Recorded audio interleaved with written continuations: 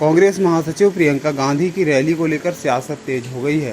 भाजपा पार्षद दल ने आरोप लगाए हैं कि उनकी रैली में सफाई ठेकेदार और कर्मचारियों को बुलाया गया, जिसकी वजह से पूरे शहर की सफाई व्यवस्था ठप हो गई। जबकि महापौर जगत बहादुर सिंह अन्नू ने इन आरोपों को सिरे से खारिज कर दिया है।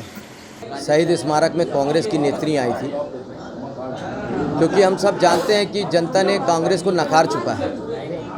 लेकिन आपने एक चीज़ देखा होगा कि वहाँ पे जो भी लोग आए थे, नगर निगम के जो हमारे सफाई ठेकेदार हैं, उनके जितने कर्मचारी थे, सभी को उनको वहाँ पे बुलाया गया था, क्योंकि हमें मालूम है कि वो जनता को बुला नहीं सकते, जनता उनको नकार चुकी है। लेकिन मैं एक बात कहना चाहता हूँ, आप स्वागत करिए, सब कुछ करिए, मगर जबलपुर नगर के लिए आप जनता को परेशान मत करिए। कल आपने देखा होगा पूरे जबलपुर में सफाई व्यवस्था ठप हो गई थी। और एक चीज़ और बता दूँ आपको, उद्यान विभाग की जो गाड़ियाँ थी, वो सभी मजदूरों को लेकर उनके गंतव्य स्थान पर छोड़ने जा रही थी।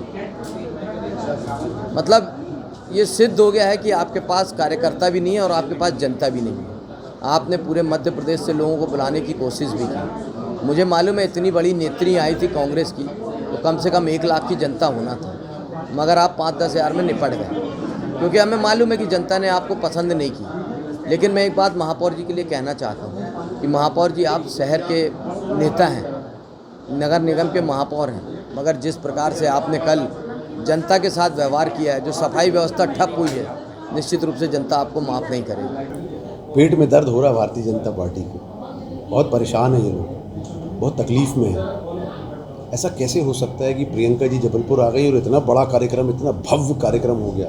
माँ नर्मदा जी की आरती भी हो गई, रानी दुर्गावती जी वीरांगना जी के समक्ष पुष्पांजलि भी हो गई।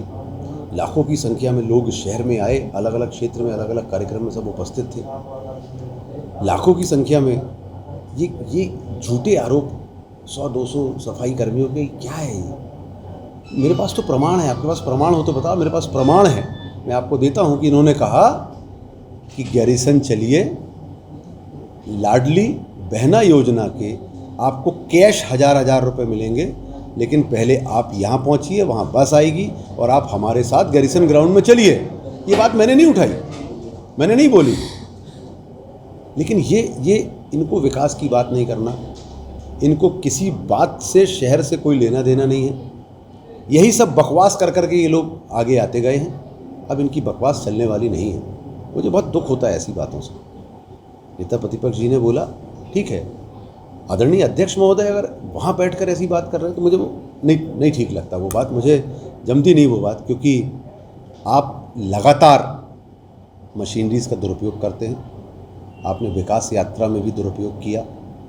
2 बार माननीय मुख्यमंत्री जी आए, आपने कैसे कैसे नगर निगम का दुरुपयोग किया। मेरे पास प्रमाण है, इनके पास प्रमाण नहीं होंगे कोई कहने के लिए, क्योंकि झूठ कह रहे हैं। पेट में तो इतना दर्द है कि सतपुड़ा भवन में आग लग गई।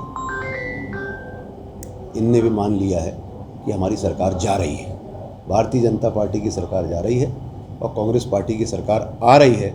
ये जनमानस बन चुका है और ये भारतीय जनता पार्टी के मंत्री और नेता भी मान चुके हैं।